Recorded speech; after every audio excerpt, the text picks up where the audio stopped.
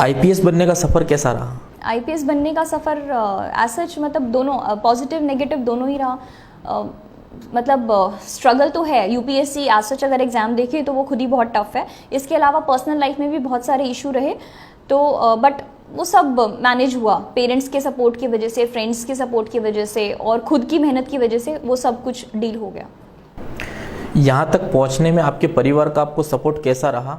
मेरे परिवार का बहुत मतलब फिनेंशियली भी उन्होंने सपोर्ट किया मुझे। जो मैं पढ़ना चाहती थी, जो मैं कोर्स करना चाहती थी, उसके लिए उन्होंने फुल सपोर्ट किया। और जितना फिनेंशियली उनको अगर वो पे कर सकते थे तो उन्होंने किया। अगर वो नहीं कर सकते थे तो उसका फिर मैंने थोड़ा खुद जॉब करके, जैसे अपनी एमटेक में मैंने रिसेप्शन पे थोड़ा घंटे बैठ के जितना मुझे अर्निंग होती थी वहाँ पे मैंने अर्निंग किया। कभी कभी जैसे आप ट्यूशन्स दे सकते हैं, ऐसे ट्यूशन से थोड़ा सा अर्निंग किया। तो ऐसे करके फाइनेंशियली उन्होंने मुझे सपोर्ट किया, तो मैंने भी अपनी तरफ से जितना अर्न कर सकती थी मैं साइड बाय साइड अर्निंग किया। और उन्होंने इमोशनल बहुत सपोर्ट किया, क्योंकि सोसाइटी की तरफ से बहुत प्रेशर होता है कि आप लड़की को बहुत पढ़ा रहे हैं, लड़की आगे लड़के को ज़्यादा पढ़ाओ, लड़की आगे पढ़ के क्या करेगी, आपको अल्टीमेटली उसकी शादी कर देनी है। तो वो सब चीज़ से बहुत डिप्रेशन होता है अगर आप सुनते हैं, और वो बहुत नेगेटिविटी होती है। तो उस चीज़ से, नेगेटिविटी से मेरे पेरेंट्स ने मुझे बहुत प्रोटेक्ट किया, इमोशनली बहुत सपोर्ट किया उन्होंने।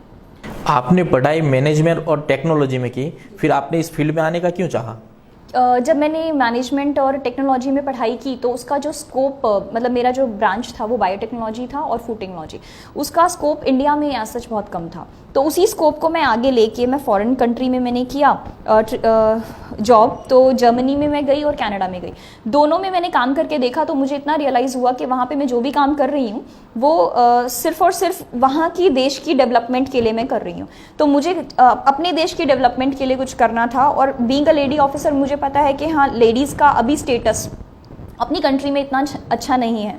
तो अब मैं एक एग्जाम्पल भी क्रिएट करना चाहती थी यहाँ पे लेडीज़ के लिए, सभी विमेन के लिए, कि हाँ यहाँ तक आप जा सकते हैं, और अपनी कंट्री में डेवलपमेंट भी करना चाहती थी। इसीलिए फिर मुझे अपना करियर थोड़ा डाइवर्ट करना पड़ा। आपने फॉरेन में भी जॉब किया, आपने ही कहा कि जर्मनी, वहाँ तो वहाँ छोड़ के आपने इंडिया में ही आना क्यों पसंद किया? और आपने आईपीएस बनने के बाद इंडिया के लिए क्या करना चाहेंगी अपने देश के लिए? मैंने इंडिया में आना जो सोचा था ये तभी सोच लिया था जब मैं कनाडा और जर्मनी जाके मैंने वहाँ पे जॉब किया।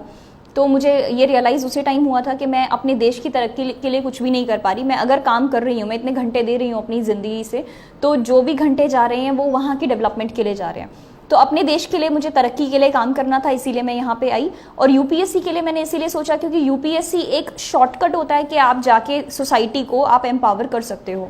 तो इसीलिए मैंने यूपीएससी में आने का डिसीजन लिया। आईपीएस बनते ही सर आपका थराद में पहला पोस्टिंग, किस नज़रिए से देखते हैं आप? ये बहुत अच्छी अपॉर्चुनिटी है क्योंकि थराद जोग्राफिकली बहुत वाइड एरिया है, तो यहाँ पे सीखने को मुझे बहुत मिलेगा। और दूसरा, थराद का जो बॉर्डर लगता है वो एक इंटरनेशनल बॉर्डर पाकिस्तान से लगता है और राजस्थान से।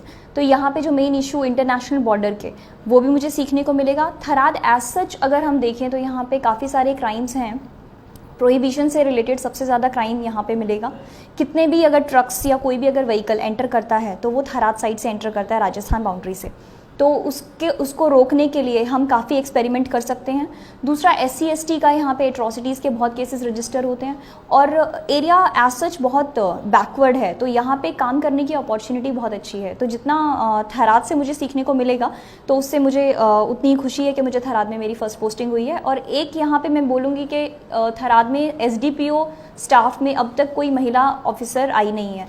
तो ये भी मेरे लिए एक चैलेंज है कि पहली मैं महिला ऑफिसर यहाँ पे थराद में पोस्टेड हुई हूँ।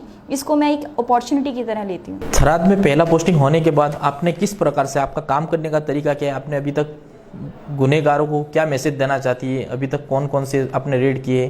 थराद में जब मेरा पोस्टिंग हुआ तो मुझे जो कंप्लेंट्स आई, जितने भी इश्यूज़ रहे, तो मैंने उसमें बहुत स्विफ्ट एक्शन लिया।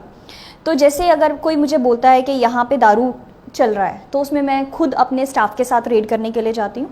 दूसरा, यहाँ पे मुझे जो इन्फॉर्मेशन मिली NDPS का, नारकोटिक्स का, तो एक टेम्पल से जो यहाँ के पुजारी थे वो गांजा का पूरे थराद में सप्लाई करते थे। जैसे ही मुझे इन्फॉर्मेशन मिली, विदिन 1 आवर मैंने अपने टीम को रेडी करके और SOG को इन्फॉर्म करके उनके साथ रेड किया।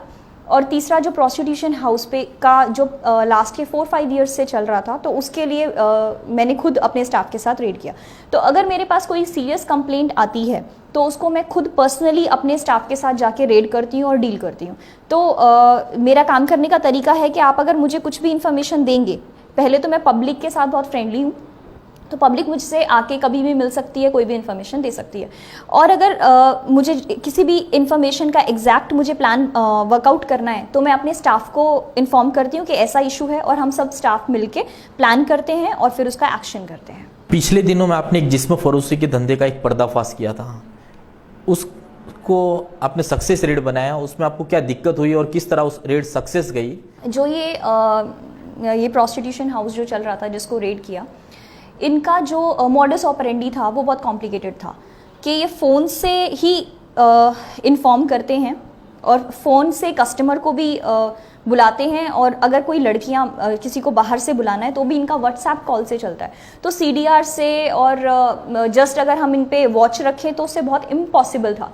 दूसरा, इनका एक जो मॉडस ऑपरेंडी का तरीका इनका ये था कि जो इनके लिंक हैं, 3 या 4 लोग थे जिनसे वो लिंक करके कस्टमर को इन्वॉल्व करते हैं। इनका जो पहले से एस्टैब्लिश्ड नेटवर्क है उसके अलावा ये किसी को आने नहीं देते, उससे कांटेक्ट करना बहुत मुश्किल रहा। तो उनके जो एस्टैब्लिश्ड कस्टमर में से किसी एक से कांटेक्ट करके, उनको रिक्वेस्ट करके एक हमने डमी कस्टमर को भेजा।